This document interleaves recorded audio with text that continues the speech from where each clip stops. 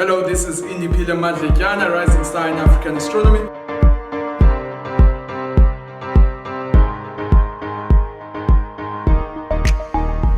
I always say, don't be afraid to be different.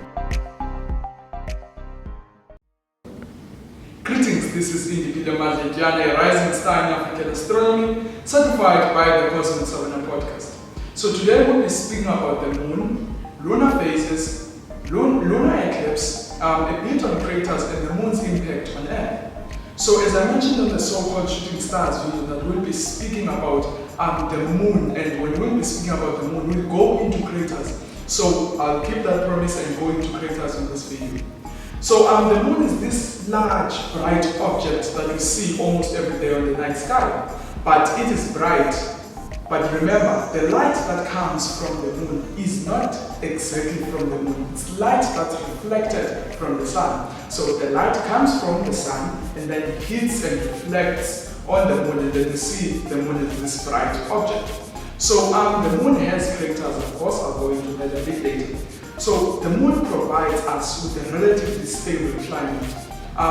So the moon has guided humans for thousands of years, even before us, even before there was moon exploration or space exploration projects. So the moon was formed 4.6 billion years ago after a collision with a big celestial body with Earth. So this celestial body, there are big celestial bodies such as comets, asteroids. So this celestial body hit the Earth and collided with it. So that collision formed what we see today as the bright, beautiful object in the night sky. So let's go a bit into lunar eclipses. You know, when the Earth comes in between the sun and the moon, we call that celestial event a lunar eclipse. So that celestial event doesn't happen all the time, doesn't happen regularly. So this celestial event, it's normally announced when it's about to happen. So when the sunlight is blocked, or when the sunlight is partly blocked, that celestial event happens. So the moon changes over the months, and we call those lunar phases. So it's constantly changing. It's still the round, bright object in the night sky, but our view, remember that we are rotating around the sun. So the sun is at the center of the solar system, and then the moon orbits the Earth, and then the Earth orbits the sun. So that's the whole motion happening right now.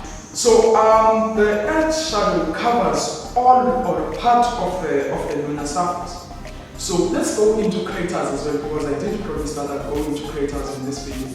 So a crater is an area where large bodies such as comets and asteroids, as I said, hit a particular area. So when these bodies hit that particular area, something happens in that area. So a crater is formed, or a crater happens when that celestial body hits that particular area. So on the moon there are craters, and the rest of the moon is plain ground. So that plain ground is where we normally see craters. A lot happens in the universe, and a lot is going on, a lot is being discovered.